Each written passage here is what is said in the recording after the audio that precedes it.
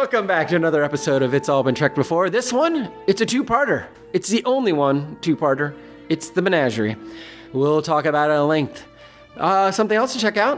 While you're checking out something that's got a lot of parts, it's the Universe Journey novel. Loves, Lust, Lost. Yeah, it sounds like that Shakespeare show, but it's so much better. Check it out, and you can find it at IABDpresents.com. Huge laughs and lots more fun with the Universe Journey crew. One of my favorites, I know that. And hey, if you're like, I don't know what Universe Journey is, I get Star Trek, I understand that. Well, you're going to love Universe Journey, and you're going to love everything else you can hear with the IABD Radio Hour folks. So go back and listen to the Universe Journeys. Get caught up so you know you're going to feel like they're your old friends when you read this novel. Yeah, and check out everything we've got to offer at IABDpresents.com. And now, strap in, it's two-parter, but we still talk for just as long as if it was a one-parter. Here it is, the Menagerie. So welcome out to another episode of It's All Been Trekked Before, the Star Trek Rewatch podcast. Your regular hosts are here. I'm back. I'm not out of town Should this start time. from the laugh. Sure, we can do that. So we should all name ourselves so people know who they're listening to. All right. I'm Amanda. Oh, I will name myself Keith for the purpose of this. That's a great name. How'd you come up with that? I heard it somewhere. Okay. This is Steven. And this is Jimmy-Jerome. Jimmy-Jerome. Jimmy-Jerome. Jimmy-Jerome. Jimmy-Jerome. It's so weird. And today we discuss the Menagerie, parts 1 and 2. Yeah. So if you've Yes. only heard part 1, you should go watch part 2 as well. Before we dive in, because I Yes. missed the last one because I was out of town for Oh, yeah. Thanksgiving, Yes. I'm supposed to Oh, that one was weigh so in. much better. Oh, yeah, house cleaning from last time. F you. If the carbon bite maneuver should go before naked time or not. After naked time. Just barely. That's where we left it. Okay. But you were wanting it before, and you said I was the tiebreaker. Yes. And I'm siding with Steven because you can't be a half-naked Sulu. I mean, naked time is still below where No Man's Gone Before in the Cage in our rankings. The Cage is still our favorite episode. The Cage is still at the top. No. But I'm saying, You're like... saying that's the deciding... That's the deciding Okay. swing there between those two episodes. gotcha. Plus, That's there fair. were some parts in the Carbonite maneuver where I felt like it got a little slow. It did, which I did not remember. It really, yeah. especially in the second half of that episode, when they're trying to, like, fight out of Yeah. the tractor beam, I was like, okay, this is just the same thing happening over and it's still happening, and it's 5 minutes later, it's still happening. touch Yeah. But there was hardly any sexism in that episode. That's true. There wasn't, and that's true. That's not the only reason I'm here, though, Jimmy. It's not. I assume that's why we invited you. Right.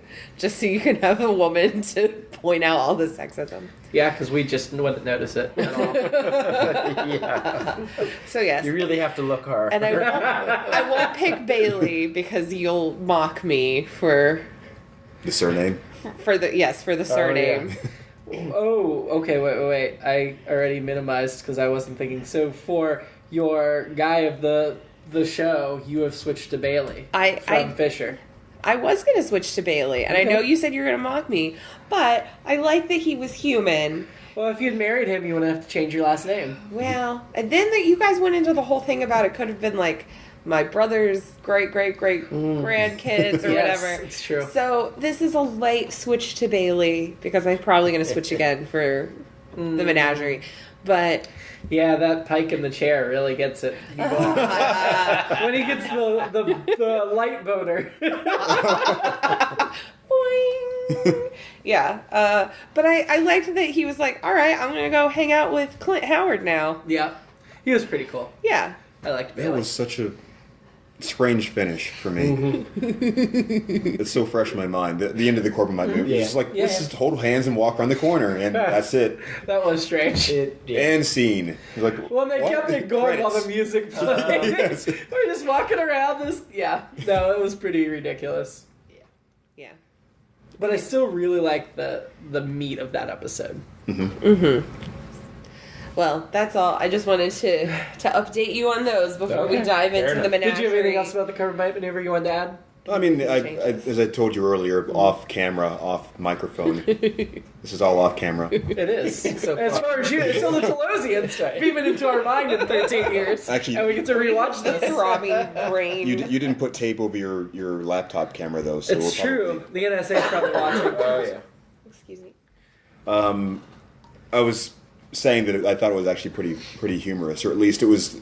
There was something very comfortable about the personalities involved that time. You started to see like them come and break out of their shell, come into their own kind of the banter and so forth. That makes a lot of sense. I liked it. So, the reason we're doing this as one episode instead of two is because a lot of this is reused footage from the cage, the Menagerie. And so we decided, and it's the only two-parter from the original series. I don't know when we get to later shows if we'll combine two-parters into one episode or not. We'll discuss it at another point. So, what are the first impressions of the Menagerie? Menagerie, which is I lived in a world where there was no the cage because when I started watching, there was only the Menagerie. Right. You couldn't see the cage. They waited till like Next Gen was on the air. Didn't Yeah, they? it was Before the they aired late it. Yeah, didn't we yeah. say it was like the late 80s? It was a big event thing. So, Oh yeah, that'd be a different perspective. yeah, so I had forgotten how much I really liked this episode. I mean, obviously I couldn't unsee the cage, and we just watched it. We already did a podcast for it, and I'd seen it several times before, but I don't know the last time I watched the Menagerie. So the framing device, I couldn't remember, and I remembered since then. I mean, going into it, I was thinking it was really clunky and da-da-da. But as we sat down to watch it, I remember the first time I saw this episode, not fresh and not as a kid, not knowing, you're just like, oh shit, it's going down, and it doesn't make sense. Why is Spock doing this? Da da da. And then you feel the same as Kirk and Commodore Mendez. You're like, well, I didn't understand it. How does this make sense? I'm just imagining 5-year-old Steven going, oh shit. Hey, imagine it sounds like Kirby. More probably. I didn't have this deep voice then, especially not this deep as today. But yeah, it was. There was definitely like, and the tension and what's going on, and and because it's not really explained until the very last 15 minutes of 2 hours. And, so yeah, I was able to take my head back to that point, and I really, it's a really ingenious way to get around. Hey, we have all this unused footage. I know we're behind on our production schedule, so here's a way to do 2 episodes in a lot less time. The production side of it's very clever. Yeah, and Roddenberry came through on this one. His story idea and everything was really good. Well, having not gotten into it that way and having gone into it knowing the backstory of the cage and knowing, because we've talked since day one when we started this podcast, that, Amanda, wait for the Menagerie because it's going to reuse some footage. And I even made a note and I was like, okay, did not realize that it wasn't just like a little bit of reuse footage. It's like straight up, and they address it like, how are you seeing this thing? This isn't how our video recording works on the Enterprise. I liked that. And we all had the same reaction For a second. And then they explain that pretty early on, thankfully, because I think it would have been hard to suspend disbelief if you didn't explain that early even on. in the 60s, I think people would have been like, this doesn't make any sense. Because when it even showed like the opening shot where it goes like down into pans from space into the deck of the Enterprise, I was like, really, you're just straight up using that footage. But I'm glad they at least explained that it was from the Telosians, because if they hadn't done that, like you said, it would have just been like, oh man, what is wrong with you guys? Like, you got it. Now, they didn't reuse all the footage, and the first time I saw the cage, because when we watched the cage together, it was fully colorized, fully restored. When I was a kid, they didn't do that. The cage that was available to me, you could either watch the whole thing in black and white, which was fine, or the only parts that were colorized were the parts they used for the Menagerie. So when I first saw the cage, it was switching back and forth, and the black and white parts hadn't been restored as well, and so you had very different video quality throughout the episode. So in that regard, I remember specifically some of the scenes that were only in the black and white cage version. And when you watch it that way, you get a better idea of the balance of how much was used and how much was not. The cage was a longer episode in general. I think it was almost 60 minutes instead of 52. But I'd say they used a good 2/3 of the cage. Oh, yeah. I mean, there's a lot of it. And there was only one spot in particular at the end where I was like, okay, well, I know they just cut that part out. And then it was like, it's because that's how they're showing that Jeffrey Hunter is joining. Yeah. Because they didn't have Jeffrey Hunter. Yeah, because for they this didn't episode. have him. They had Sean Kenny.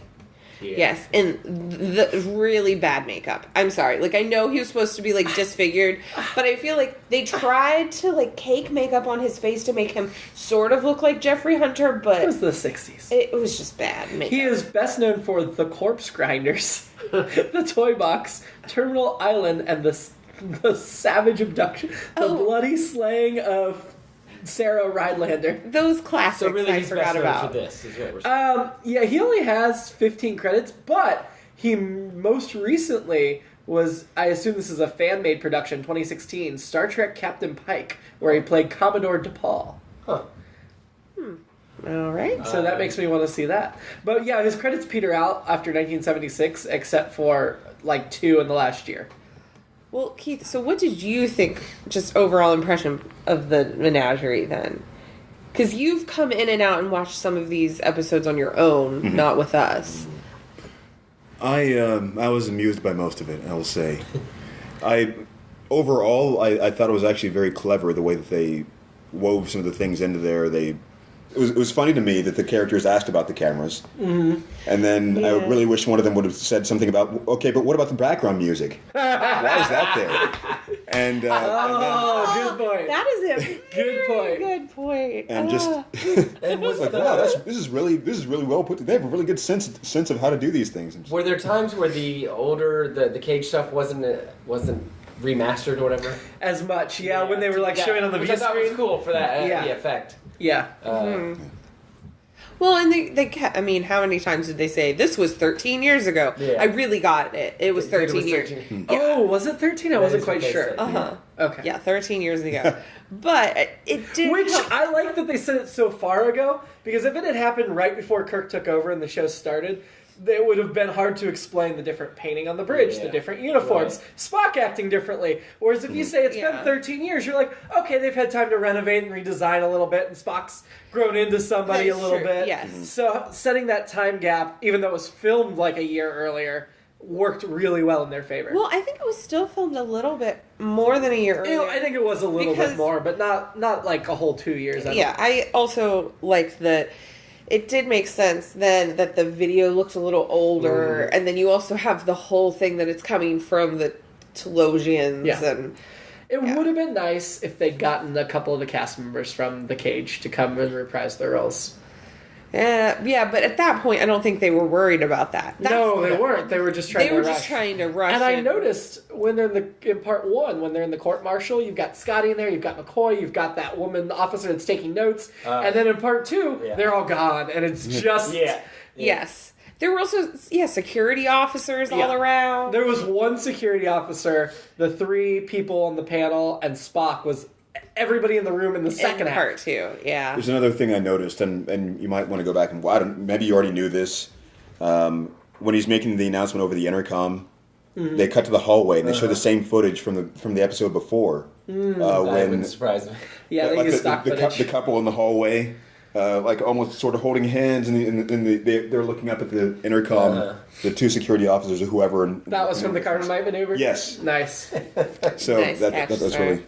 Yeah, I know the original series, they use a lot of hallway and space shots over and over again. And Deep Space Nine would use a lot of space shots over and over again. I don't think Next Gen did, but they had more budget than Deep Space Nine. And then then they started using CGI, and it was cheaper, so they could start not using so much stock footage. It was nice to see the tennis couple from the cage. Yes, it was. I know. Tennis That had to be in there. It had to be. I even wrote tennis couple exclamation point because I was like, yeah. I'd say the thing that was weirdest to me was that Commodore Mendez wasn't there the whole time. Yeah, and I forgot all about that. That I did too, and that was an interesting twist. But now he was there on Starbase 11, though, but he just right, wasn't in and the... he had still seen the transmission, and he was a lot kinder about it Yeah. Which makes sense based on the beginning of Right. Menagerie, when he's like, "Oh yeah, we haven't had they haven't taken him off active duty." Oh, They really respect Pike, and so I get the twist that okay, we're going to drop all the charges and whatever. I do believe that, but it was interesting to me to have that he was there just to make Kirk pay attention. But what didn't hold up for me there was they're not allowed to go to whatever Talos 4. to the planet, and that seemed to be like it's death penalty to go The there. only death penalty left in Starfleet regulations, and it seems to have to do with because the Telosians have this mental power, yet the Telosians' mental power is strong enough that they can create an illusion of Mendez on. That wasn't. I don't think that's why it was banned. I think they did that to protect the Telosians. Because the Telosians were all really worried about people coming and taking the illusion, and that would destroy human society. And I think Pike understood that and would have pushed for that order to protect them more than to protect the people. Okay. Because at that point, the Telosians weren't violent. They weren't out to get other people. I definitely saw it as a protection order rather than a defensive order. Okay. It still seemed a little odd, though, because their mental powers are so strong that they can go and create... Oh, yeah, no, it wasn't to protect from them. It was to protect them. To protect them from Starfleet. Yeah. Well, and who told who? Okay, so Pike gets hurt from the warp baffle plate, which I was very excited. I remembered Baffle me. that it was a baffle plate, Yes. which is also what you use to get squirrels out of your tree or to keep them out of your tree. Is it? Yeah, I think it's a baffle plate, or we used to sell them when I worked at a garden center. That's why I thought maybe I remembered it wrong, and I don't know if that's just Roddenberry saw one somewhere and was like, screw it, I'm putting it in the show. But so Pike gets named or whatever. A metal plate that sits over a firebox blocks off the chimney, forces hot gases to remain in the stove for a longer period. It's also a component of warp cores, according to Memory Alpha, the Star Trek. That explains why he got hurt so bad. Yeah. So he gets hurt, so do the Telosians find out about it? And they're like, okay, hey Spock, we need to do this. Does Spock find out about it and contact them somehow? They didn't explain which one initiated it. It probably doesn't matter, but I'm just... It doesn't, because I think either one of them contact the other, let's do that. Well, Good plan, buddy. They said, well, when Kirk's like, I don't know anything about it, and they're like, well, there's been a lot of subspace chatter. And I'm like, I guess that makes sense that, there's not a newspaper that you would read. Yeah. The Today's Galaxy or whatever, Galaxy Today. So I guess that makes sense that The Columbus Dispatch is still around, though. Oh, I'm not... Our local newspaper. I'm sure the Wolf family's happy about that. But so speaking of injuries, I did not remember this in the cage that when they first beam down, Spock's limping, and then the other security guard has a big bandage on his neck, and I'm like, did they just get into some was that from Rigel? I think it's where it supposed just to be from happened? Rigel 7. That was the after effects that there were lasting injuries on multiple crewmen. I think that's what it's supposed to be. Interesting. I mean, my guess is if they'd originally gone with the cage pilot, there may have been follow-up there, but that was apparently too esoteric and for I couldn't tell you. CBS or whatever. About the subject of Spock's behavior with the plotting and so forth, it really kind of bothered me that their inability to comprehend the possibility that he could be doing something deceptive. So it's my question was: are they saying that Vulcans, as a rule, are completely physically incapable of doing something for strategic reasons? They, at this point, humanity believes the Vulcans don't lie, which they mention in the episode. In later movies and series, it becomes more common knowledge that, they do lie. They just let us believe they didn't lie.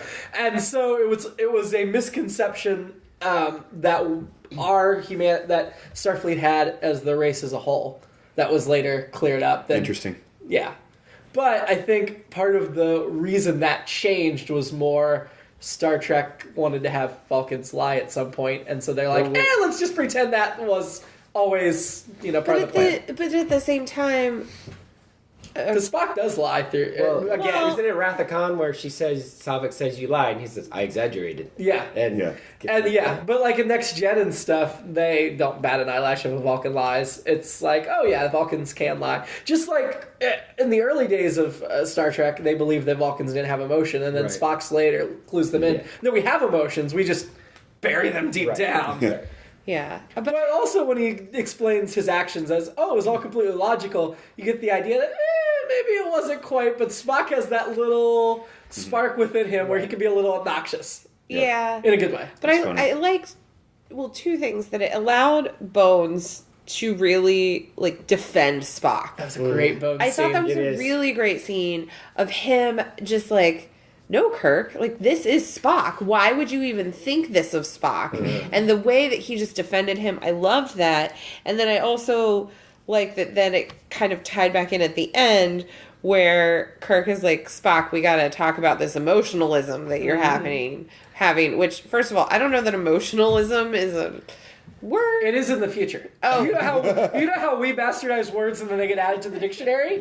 By the 24th century, that will have happened with emotion. All Remember how right, we'd never cool. heard of LOL? And now... And now it's common. It's everywhere. Yes. True. Okay, so emotionalism, Or 24th century, we're there. 23rd, actually. 23rd. Strategic. Yes. Yeah. That's evidence we're going That happens all the time. We've got a living language.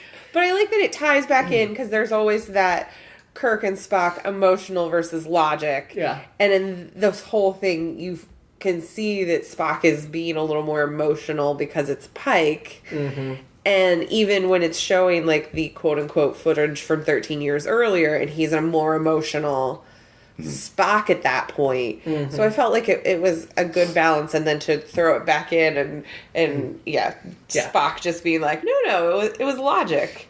And that, I just like With that a wink and a nudge. Yeah. And I like the idea that he's doing this great act for his former captain, and that's a very emotional and moving and touching thing, but he doesn't give any of it away. So we know he's feeling that just because of that kind of act as humans, and I think that just makes it even more touching and heart-wrenching. Well, something we'll learn about Spock in later years is he has such a deep loyalty to the people he cares about, which is not something we necessarily always see with other Vulcans. That's a unique characteristic to that character. And I think this was a good early example that we'll see later applied to Kirk. And Is applied to loyalty a other... logical thing? Probably. I don't think so. Well, it could be. I guess it depends. But I think that is his human side, because as he think so, too. ages, he embraces parts of the humanity. Yeah.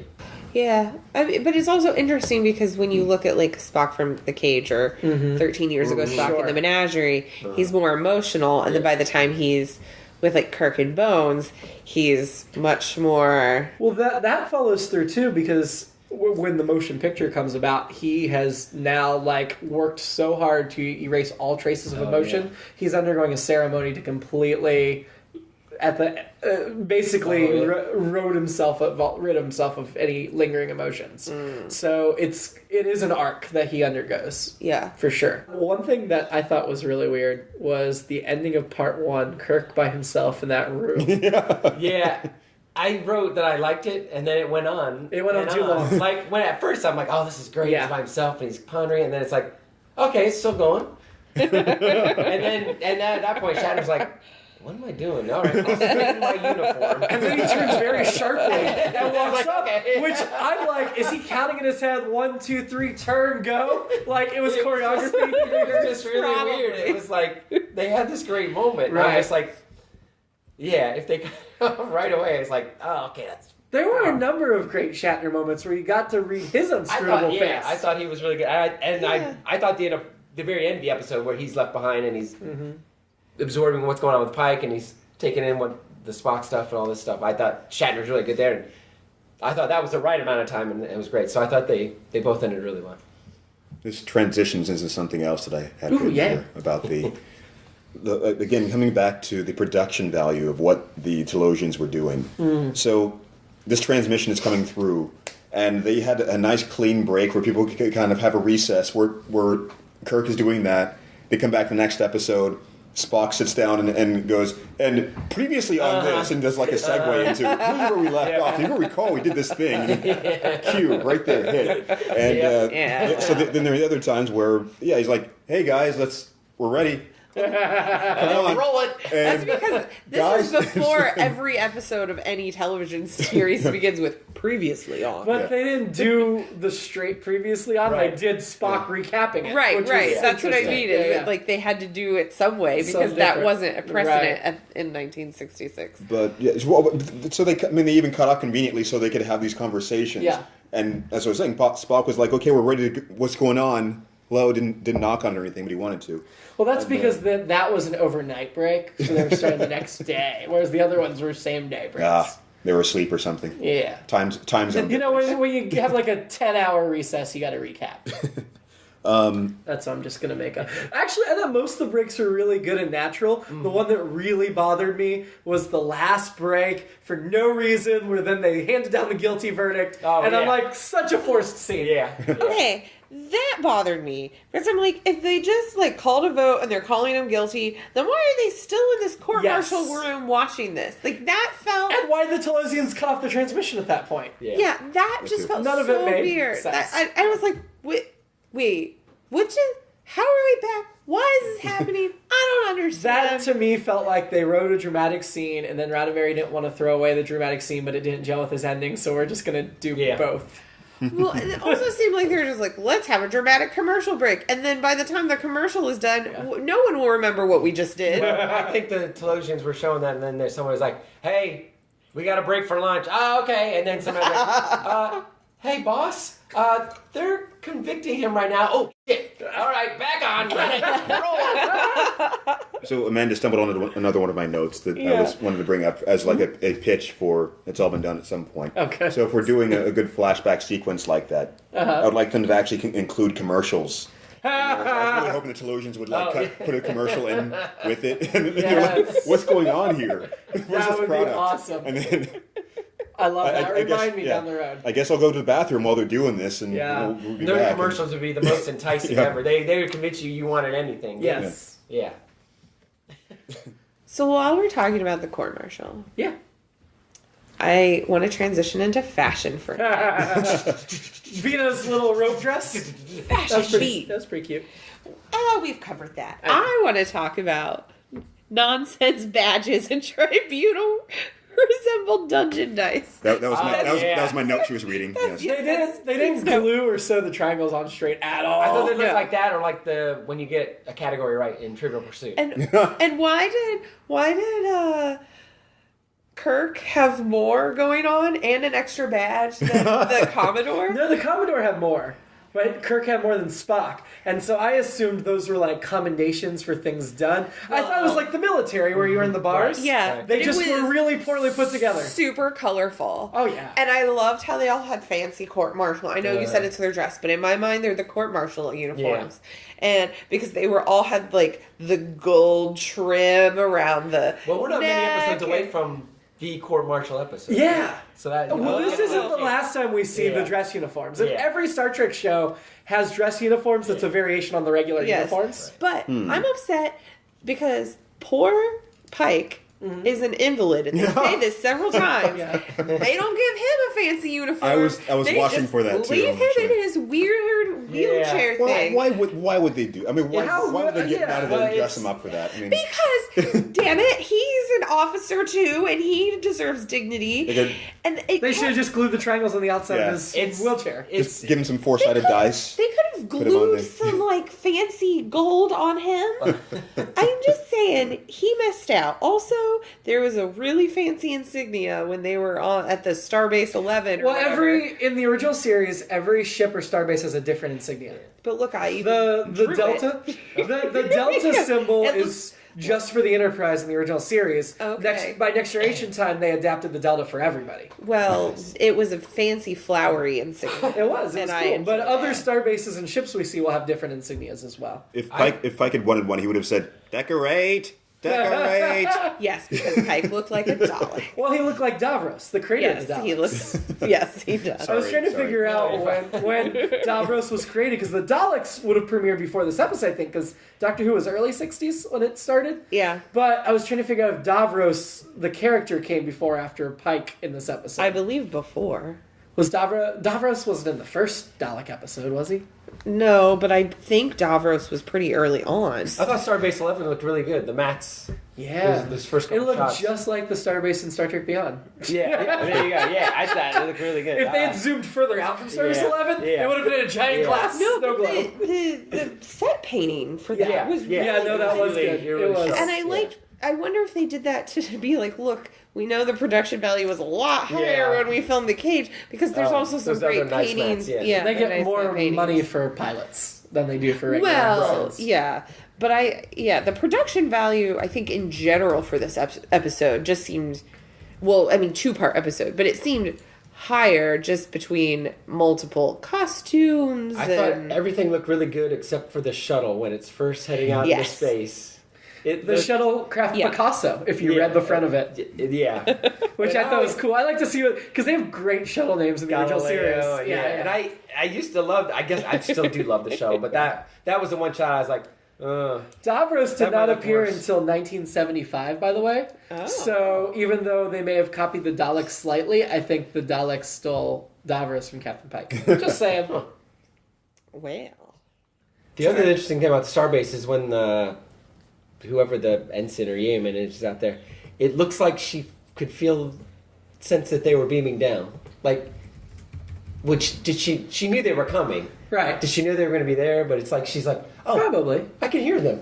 It was just really weird. It's a weird she shot. was very. It's like, why is... Well, and Keith pointed Yeah. out, like, oh, in the close-up, her hair is blowing in the wind. But then when it pans back out, there's no wind.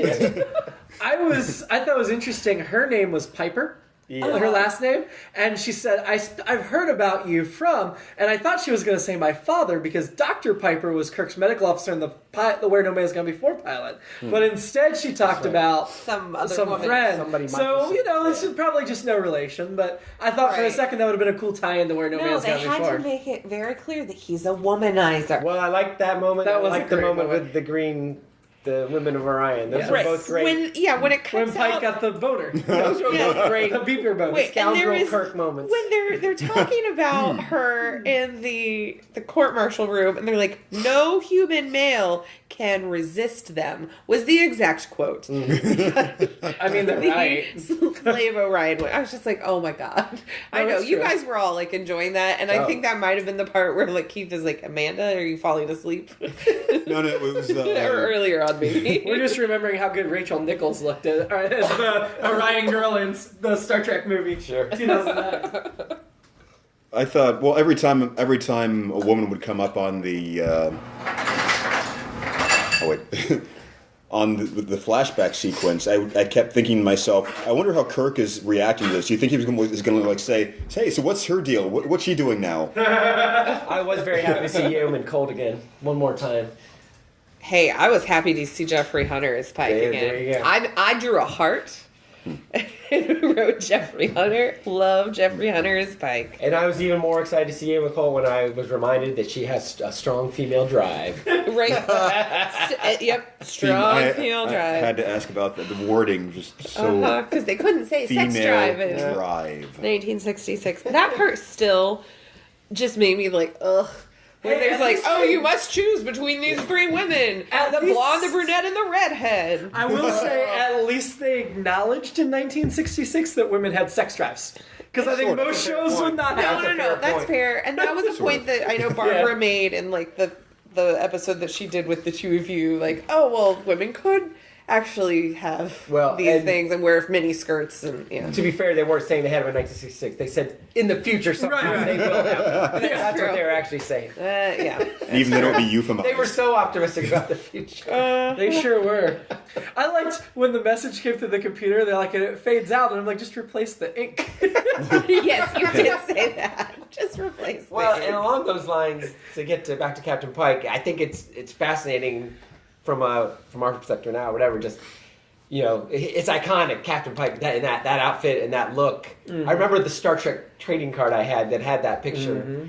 And I know the makeup looks terrible now, but at the time I was like, oh man, that's awesome. I think they showed it at the end of some of the credits of some of the shows. So it was very iconic, and the boop, boop. And, my immediate thought was like, well, Stephen Hawking can talk right now, and we got our beeps. But in this context, not only is it, this is what we can manage, but it just makes it that much sadder. That's all he can do. To get a little more, I don't know, into art and the whole idea of somebody being trapped in their mind and not being able to express themselves. It reminded me of when I read The Diving Bell and the Butterfly, and how, the way that Bobby wrote that book was just through his eyes, and moving and looking at things and blinking. Yeah. And so, I just think it's interesting that they were sort of hitting that same thing about he thinks and feels the same that we do, but he's trapped in his body. And my first thought was Diving Bell and the Butterfly, and then my second thought was Stephen Hawking and how they were ahead of the curve on treating people with disabilities as full humans. That's true. Now, granted, there were several times where he's an invalid, and I was just oh, you were doing really well. And it's like their approach to sexism. It almost sounded like. To go back to Rudolph this past weekend. He's got a red nose. We can't. He's an invalid. He's useless. Wasn't right? Same time period. 64, 66. Yeah. Well, if you think about what was actually happening there, I believe that was the Telosians saying that through the Admiral illusion, wasn't it? The Commodore? Yeah, Commodore, yes, I'm sorry. I thought Kirk said it a couple times. I know Kirk said it at least once. And Bones, when Kirk... I was thinking, when I wrote the Diving Bell and the Butterfly note, was when Kirk and Bones were discussing Pike. Okay. When they were on the starbase. Yeah. No, later on, I think it was some things that maybe the Commodore was saying, but there was also some stuff between Kirk and Bones. And, right. And I know that one beep for yes and two beeps for no has been used in a lot of things. And that FFN, when we did our sci-fi run, at least once every other episode, somebody ended up in the Captain Pike situation. And now, even now, if we're doing a date night or any of our shows, if somebody is horribly maimed in an accident, they're going to be Captain Pike. They're not going to talk like Stephen Hawking. They're going to be Captain Pike. They're going to be that maimed. Just because there's a bunch of Star Trek idiots on the show. And stuff. He's talking about Full Frontal Nudity, which is the in-house improv troupe for Mad Lab Theater in Columbus, Ohio. Please go to madlab.net/tickets to see what shows are coming up. Hey, we can plug Mad Lab. That's right. I know. I just like that was just a shameless plug right in the middle of the episode. So it's shameless, but I also want to explain because this podcast will hopefully have a reach beyond Columbus. Exactly. Well, yes. Fair enough. If you're in Columbus and you don't know who FFN is, shame on you. But if you're outside of Columbus, I get it. Yeah. And there has been a push for us to do another sci-fi show, so... Yes, we could record it. We did it. Put it out. It's been a long time, so yeah. Nice. How did Spock have all of those recordings of Kirk? Oh, he's a computer genius. It just takes it from captain's logs and things. But there were some where he was especially the one to Bones, just listen to me, Bones. Listen, don't ask any questions. I thought he just got the vocal quality, but then he was able to put you get every syllable you can put together. Yeah. That's current technology. Okay. This is true. All right. I observed something like that before I realized it was Telosians doing this, but that's kind of funny. I think it's a Snapchat filter. You can sound like a voice actor. You know what? That would be better than just Speaking of filters, the voice of the Keeper was actually Malachi Throne, who played Mendez. I read today. Oh, I did not know that. So they had to put it through a filter. So because it's the same guy. We need to switch it up a little. So yeah. He was Malachi Throne, who died in 2013. Yeah, great character. Was a character actor. Yeah, one of the most ubiquitous faces from the golden age of television from the 50s through the 20th century. Well, I also like that he was Commodore Mendez. Credits. So at least it's Latina. Yeah. Because we didn't have Latino on the bridge. Right. That we were having some sort of diversity in space. Yeah, because your hair had nothing to do. Well, no, but I'm saying that and that it was a Commodore. Yeah. Right. And even if he maybe did not look Latino, by name at least there was some diversity going on. Interestingly, Malachi Thorne would later guest star again with Leonard Nimoy in Star Trek: The Next Generation when he played Senator Pardek in the 2-part episode Unification, which brought Spock back into The Next Generation. Oh. Leonard Nimoy was in those episodes. Cool. So eventually they will guest star again together. Well, in another Star Trek, which was neat. Yeah, he's got a ton of credits. He was in a bunch of stuff. Yeah. Mostly guest star credits, not a lot of starring credits, but still very impressive resume. If you see the shows he was in, I mean, he was in everything. He's best known for Catch Me If You Can, the film. Who was he in Catch Me? Abe Penner. That doesn't help me. I know, and I could not tell you further. He was one of the villains on a villain on the original Batman. Not False Face or something like that. He's got a ton of credits. Miss Piper was played by Julie Parrish. Yeah. Let's see what she was in. She died in 2003, so she's been dead a little bit longer. She's best known for Days of Our Lives and the 1963 version of The Nutty Professor. Yeah. She also did 8 episodes of Beverly Hills 90210. The original version of The Nutty Professor. Yes. She did a lot of guest spots too, yeah. Mm-hmm. She's only had 48 credits, so she was not around as much as Malachi, but she was around, decent amount. Who's not listed, I don't think, at least not on Wikipedia, was so Kirk greets Mendez or whatever in his office. They decide to leave, and there's a shot of the Commodore's administrative assistant or whatever, because she has to stand up. That's her only. It's like a 1-second thing, but I focused on her. She's not my alternate episode this time, but I was like, No, what is your alternate episode this time? It is the Enterprise's stenographer, because we see her early on, and she seems very professional and serious. Enterprise court recorder, Jan Redden was the actress's name. There you go. The Enterprise court recorder. Yes. Yeah, is it what happens to her in the second half? It's her and the Commodore's exec assistant. Turns out they're friends. And so they start talking about what happened. That actress only has 2 credits. She was in... Actually, she is an uncredited crewwoman in the episode Space Scene. Oh. But besides Star Trek, she only has 1 other credit on IMDb. So she's does not have the acting career that some of the others have. Jim, you had an alternate episode. This one. I just wanted to see the staff from The Cage that were preparing the rooms for the survivors. Oh. And then the survivors ended up being fake, and they did all this work cleaning the rooms, putting the mints on the pillow, all that stuff. Yeah. And then, damn it, they're not coming to visit. Well, I wanted an alternate episode with the tailors of the court-martial uniforms, because... They were drunk. Let's just put the triangle here. That's straight, isn't it? I'm talking about, I was looking at the cut of the shirt on the back of the... Oh, that was fine. It was the triangles that were awful. I didn't care about that. I liked the trim. It was nice to see her for 2 minutes. And Scotty was just in the courtroom saying nothing with McCoy. I really missed seeing her. I was like, her looking really great. And then you don't see her. But then instead of Lieutenant Sulu, which is who that should have been, we had Lieutenant Hansen on the bridge, played by Hagen Beggs. He was in charge of the ship for a little while. Yeah, he was a lieutenant. He was the helmsman. I'm like, where's our Sulu?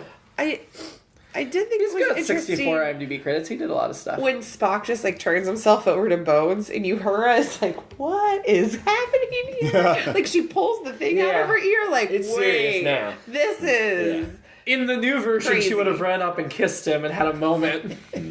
Yeah, I like that. Well, and I noticed when Bones and Kirk get on the elevator, Uhura goes over there she's going to say something.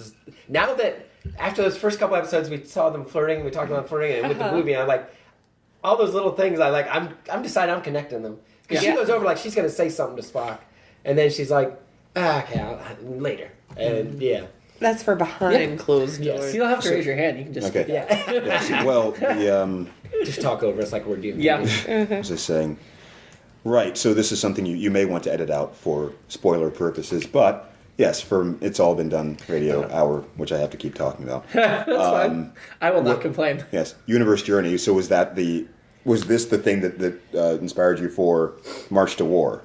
No. Really, the thing with Spock messing with the transmissions, with the logs or the voice. No, but I had a manipulation, similar thought watching this now. Like the brightly colored floppy disk. Yeah. No, I had a similar thought watching this now that I was like, oh, that is kind of like March Toward with the transmissions. But I was not, if it was inspired, it was subconscious. It was not intentional. Because it's the science officer. Okay, so that reminds me of something I want to about. I think it might be the same thing. So they open up the Talos file, the very that's a secretive, different one. Okay. magnetically locked Talos file, and on the page we see like the beginning of the cover sheet. At the very bottom of the cover sheet, it says Captain Christopher Pike, half Vulcan science officer Spock. And so, first of all, ridiculous way to list him. Second of all, number one wasn't listed. Why is Spock the only other one listed on that page with Pike? Because he's a man. No, because he was the character people knew and recognized. Well, yes, but... If number one was the character that I held over, she would have been on the page. Yeah, that's true. Half woman, number one. Half woman, half computer. Right. Where was this?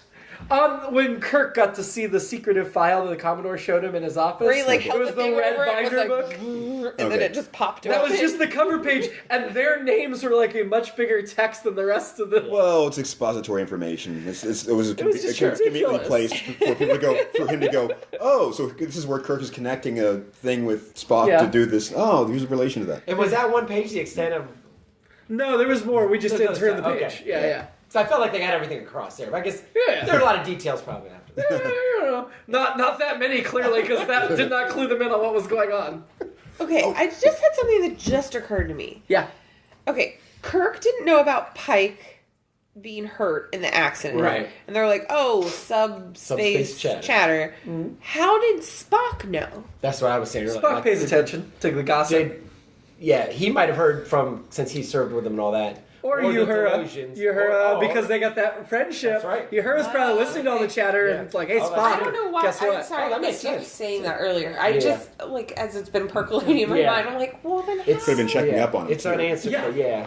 Yeah, I think Spock and Pike always had a relationship, so he's probably got a Google alert on his name, or whatever the equivalent is. Yeah, at that point in time. But they imply here a little bit, and in other Star Trek, that Kirk also had a relationship with Pike. Yeah. And so you'd think he'd be informed in some way. Well, yeah, because he calls him Chris. Yeah. Yeah, And they talk about him handing the ship over, and they had, it wasn't just like they never met.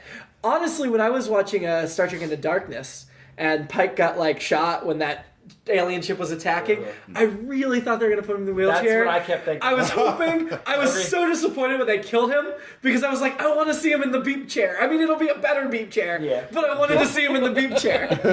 I really thought that's where they were going with it. Me too. It was so disappointing. Yeah. Missed opportunity. Just saying. Something. What was it? What was it? Yeah. I mean, we didn't have the Telosians in that, but they could have added them back in. All right. I remember the. It's. This may be related to what you were saying before about Gene Roddenberry's. He wanted to put in the dramatic scenes, and some things weren't fitting here or wherever.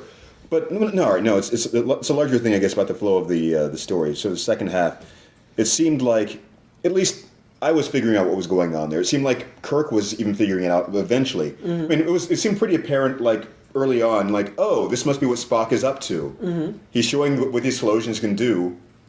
We got Pike sitting here. Oh, this must be what he wants. But they kept it going for quite a while. And then even after Kirk sort of responded to him saying, that still wouldn't be a life, still kept going. Yeah. So, I don't know. I think the Telosians could have done it in 10 minutes. I didn't think I needed to take... That's what I was saying, yes. They could have easily... We didn't need to see him fight the creature with the Rigel 7. And It's been a stuff. montage. Yeah. Yeah, they could have skipped right to the end and said, hey, here's what we could do. But then you don't have an episode, Keith. That's the 1 hour version of the episode. Yeah, and I think that's also like, oh, we have to make people actually like Pike. Well, It's true. Like the audience. From a storytelling perspective. Story- yeah, you're right. because- to feel even more for him. Yeah. Yeah, That makes a lot of sense. Because I think you're right. Like, absolutely. Well, no, I just mean- to convince the Commodore and Kirk or whatever, but to get the viewing audience to buy into Pike's story, having never seen The Cage. Whereas I'm instantly there because I like Jeffrey Hunter. So Well, and I one of the other problems with the boop, boop, boop, boop, yes, no thing. It's like, well, how do you get information on them? But they could have asked very tailored leading questions and got to where they wanted to get out of them. Yeah. Instead of like, well, we can't get anything out of them. All I can say is yes or no. But But I understood why they did it, like from a production standpoint. It's just funny to me thinking. yeah. I'm putting myself in the mindset of the Telosians, and like we got to show them the whole story. Or they're even thinking, well, if they got like a couple of days to get here, might as well keep them entertained. Devil's advocate. 6 days. Or they just there were 6 days. Or they just say, hey, we're able to do this world of illusion. Well, well, okay. Look what she looks like, but this is what she looks like the rest of the time. Devil's advocate. In the cage, they took a long time to figure out what was going on with Pike and then make true. decisions. That's true. And they had a non-straightforward way of approaching things. All right. So that was consistent with what we'd seen from them before. Yeah. To a certain extent. And I think they're also just very good showmen. Yes. 'Cause, all right, So- getting back to my last point. Yeah, people that live in illusion are going to be good showmen. Well, I Hey, mean, it got a lot of Susan Oliver in the show, and I'm totally okay with that. you have to think about like the production value of what they put together. They didn't want to waste it. We're like, we spent all this time on this music. Right. Here's some shots of us looking at a monitor that we had cut out in this weird way. Yeah. So you can see us cut to our faces, cut to their faces, cut to the monitor, zooming in Well, on something else. and they cut to know this, how and just- to make Yeah. humans see what they want them to see. So Yeah. that's what they had to do. Yeah. I mean, they figured out the most effective way to tell the story, which was Yeah. the cage. I actually ended up having new observations about the cage, which makes sense. Like what? I really like the doctor's line about doctors and bartenders. We both get the same types yeah. of customers. Yeah. I liked that a lot. They're either They're either Living and dying. Living and dying. Yeah. One of my personal bartenders, hanging out over their bar. Was the music the same for the Telosians in this as it was in the cage?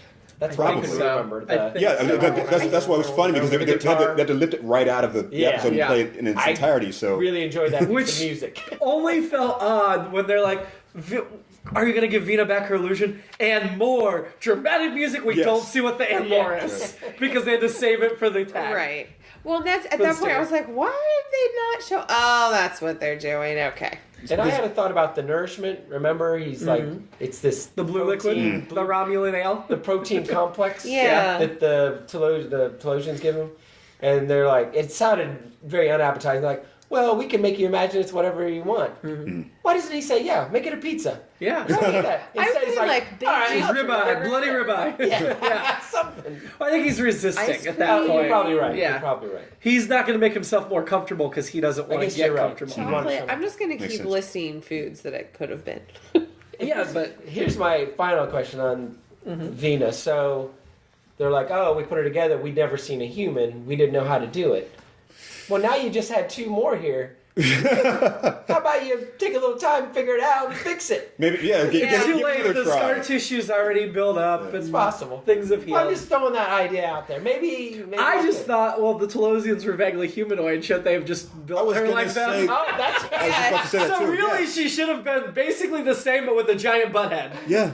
Yeah, It made no instead sense. of the weird humpback. Instead of that was her butt head, they just put it on her shoulder for some reason. that description. Lump of flesh is just perfect. It's just like Yeah. you just imagine this massive bones and. Ugh. Well, and I had Poor missed in Yeah. the cage when, but I noticed it this time when I think it was number 1 said, oh well, we looked and there was a Vina on the, but her age would be, and then she's Right. cut off, and I missed that when we Yeah. watched the cage. I was like, That's why her hair was so white and she looked pretty old when they took the Well, illusion away. yeah, yeah. And She's older. which proved that it was never about reproduction. It was never about that. It was always about making her happy.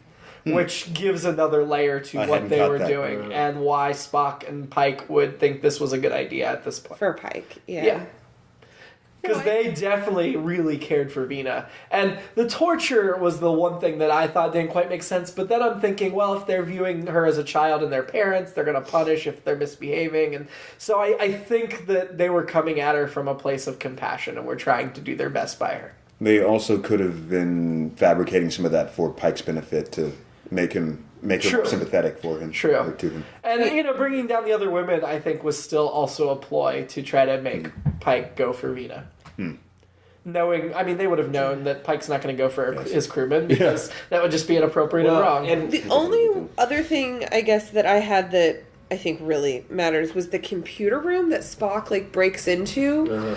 I thought there was a lot of production value going on in there. It was just the redressed engineering set. Yeah, but there was a lot, and it's all primary colors plus green.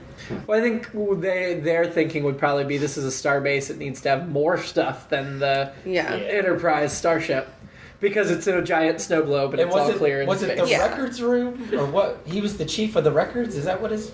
And then when he and Spock Something like battled, that. we all had the same thought because it was a weird fight where Spock just kept like pushing him away, like just go away, and he'd come back and he'd push him away, Just like nerve pinching. and then dude. finally like okay, he nerve pinched him, but yeah, Because he started with the nerve pinch. He started strong, and then he was like, Well, I think one of the things I got out of that was the first time they really showed his combat abilities and his superior strength. Like they actually showed the guy hitting him a couple of times with no effect until he finally just. True. So it's sort of like they're establishing that for canon yeah, I hadn't purposes. thought of it that way. I just thought the records chief maybe also was not a great fighter. Probably not. He's a librarian. Not a big call Yeah. for that, probably. Only other thing I have is I just wanted to repeat for the record clearly my comment from the fashion thing, which was nonsense badges and tribunal resemble dungeon dice. Yeah.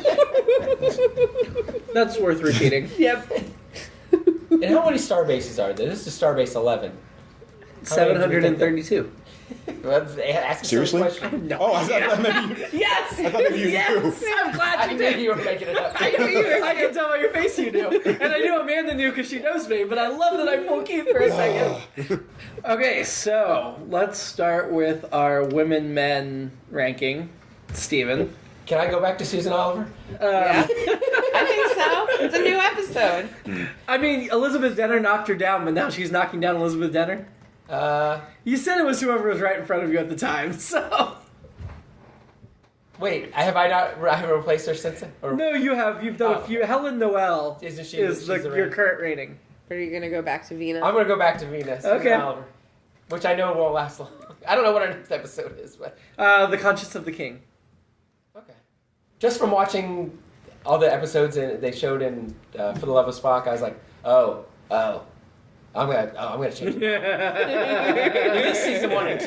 Yeah. Season 3. We'll see. There may be some hot women in season 3. There are actually. Yeah. No, I think I'm- Even if the story's bad. yeah. There's some. It's still hot women. Yeah. They don't get uglier when the story goes bad. In fact, you may spend more time something looking to at cling on them. to, yeah. Amanda, I'm going back to Pike. the wheelchair Pike, right? No.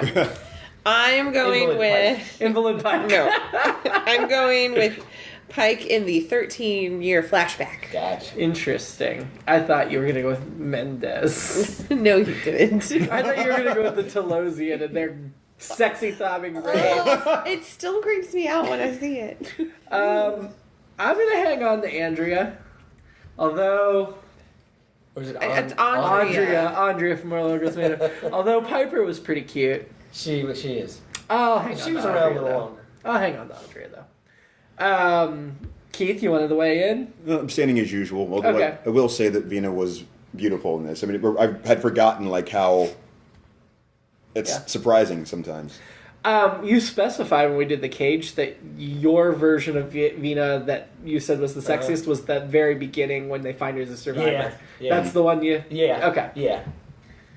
Rather than like Green Orion They're all Slave great. Girl Actually, for or- me, the green one is almost the least interesting for me. I think they did Orion's better in the more modern era. Yeah. Yeah. Yeah. They conveyed the sexiness a little better when it's Rachel Nichols. They can get away with more probably. Yeah. So where do we rank the episode? Tied with the cage. Really, all the way to number one? And I It's don't, essentially this. I don't want to split them, but I would say I liked part one a lot better than part two. Yeah. Oh, yeah. You have the Menagerie. Well, because there was more... Part one had more story and didn't have Yeah. the plot holes that we were identifying in part two. That's true. Part one did have more going on But I think it's in the only fair frame to. story. But I think it's only fair to tie them together and make them one episode for this ranking. I think it's... What, So I'd probably be inclined to put it towards the middle because part two drags it down a bit. But I like Really? it. But I like it. I wouldn't put it near the bottom because I do think there was some really I still good like story it a and really lot. good moments. Yeah. Better than the Corbomite maneuver. It's hard because I really think the first half it's very strong. It's the second half where It falls apart a it little starts to fall apart a little bit. bit. I think I'd still rank it better than Corbomite because of the scenes like McCoy defending Spock and that kind of stuff. I think so. Better than the Naked Time. That's the one with everyone acting drunk. Yes. Yes. I think I put it higher because of those character moments. Yeah. Yeah, I think it goes. I mean, Under the Cage. Yeah. Above, Under Where No Man Has Gone Before or above? See, I think it goes above Where No Man Has Gone Before. I'm partial where no man is, so I know I'll rate that higher, but I think I agree with Steven. I would That's rate fine. Where No Man just a little So bit we're higher, putting but this in put at it 3 right for there. now. Yeah, yeah. That is fine. I think the Menagerie was in my top 10 back in the day. Yeah. I mean, it was a... And again, that exists in a world without the cage. Yeah. I mean, I Yeah. think we will definitely... I think there's definitely some episodes coming up here that are going to Yeah. rank above it. Yeah. Whereas before, pilots have still reigned supreme. But from what we've seen now, I think this had some of the strongest character moments of anything we've seen.